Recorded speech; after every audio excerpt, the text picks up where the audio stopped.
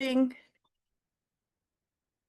All right. So for July, we had a few releases. One I think everybody is going to find really exciting.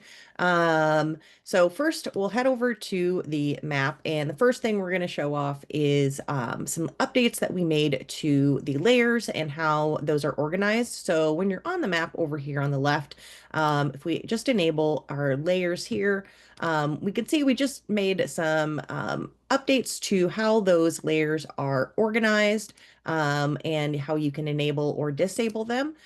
So if I wanted to enable my producer layer, I would just click this little eyeball icon. And again, I can enable or disable those names if I want them to appear on the map or if I don't. Also, you'll notice this difference. So this, I think this is coming soon. I don't know if that's been released just yet, but you give you a little preview of what that is.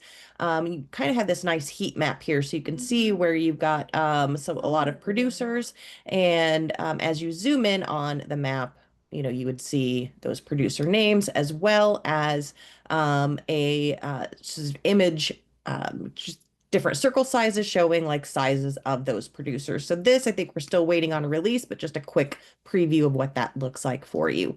And same thing when we enable those contacts as well.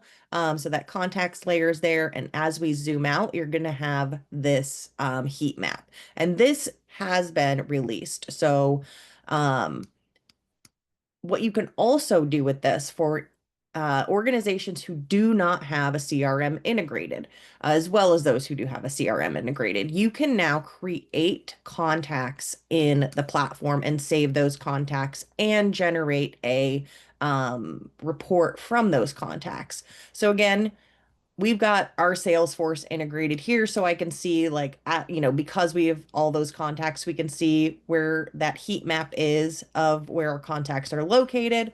Obviously, a lot of our dummy data not in Iowa, but we have a bunch here. So as I zoom in on the map, what I can do is see, all right, like I'm got no contacts in this area of this county over here.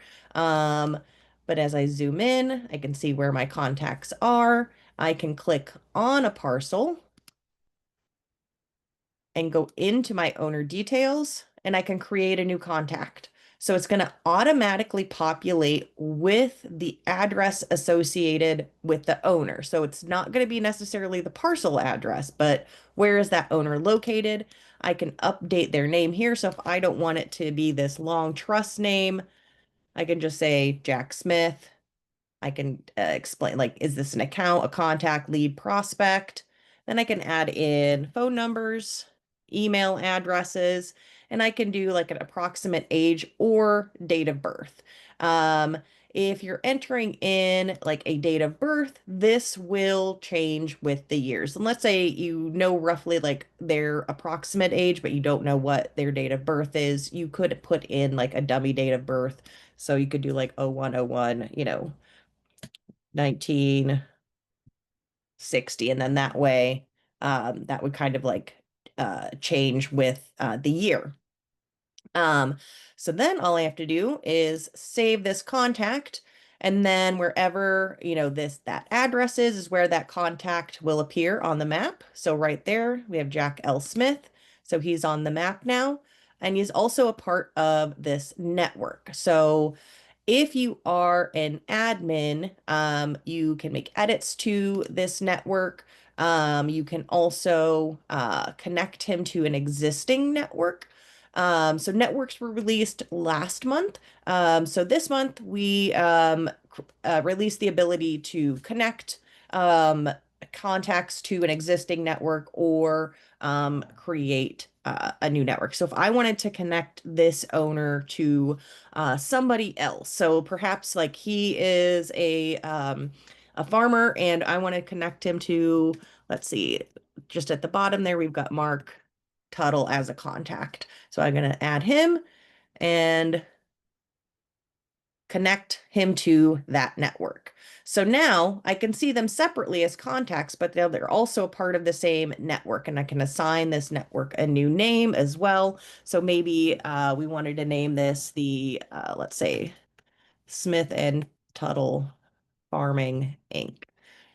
and save those changes. So now, not only do I have, Jack's contact information, but I've got him as a part of this different network as well.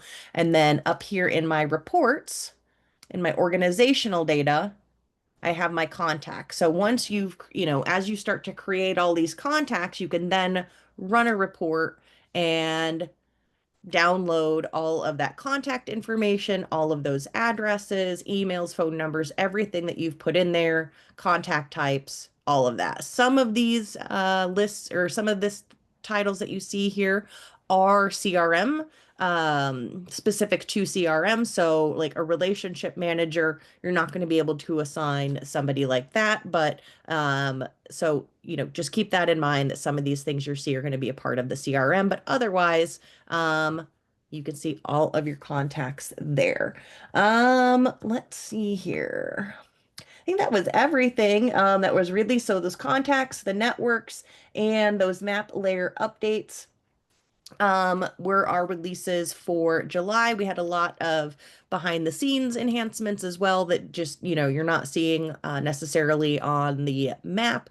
But again, those contacts we think will really come in handy along with that heat map that you can see as well. And that heat map, just keep in mind, is not intended to run a report from. And right now, you can't click on those little hexagons there, but it does give you a good idea of perhaps where you may be lacking in contacts. So if you're prospecting in a specific county, I could still run a report on, let's say, DeKalb County, and then say, give me all the people who are not current contacts and or who are not currently a customer of ours, and kind of go back to reach out, do outreach to those particular customers, and just get an idea of like what contacts or what counties you are really strong in and which counties perhaps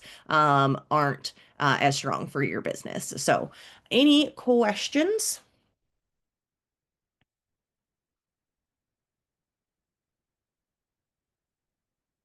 All right. If there's no questions, there are updated guides on the contacts in the Help Center. If you have any other questions, though, about how that works or functions, don't hesitate to reach out to us. But there are guides there as well to help you get started using that feature. Thank you, everybody, for joining, and we'll put the recording up on the Help Center here shortly.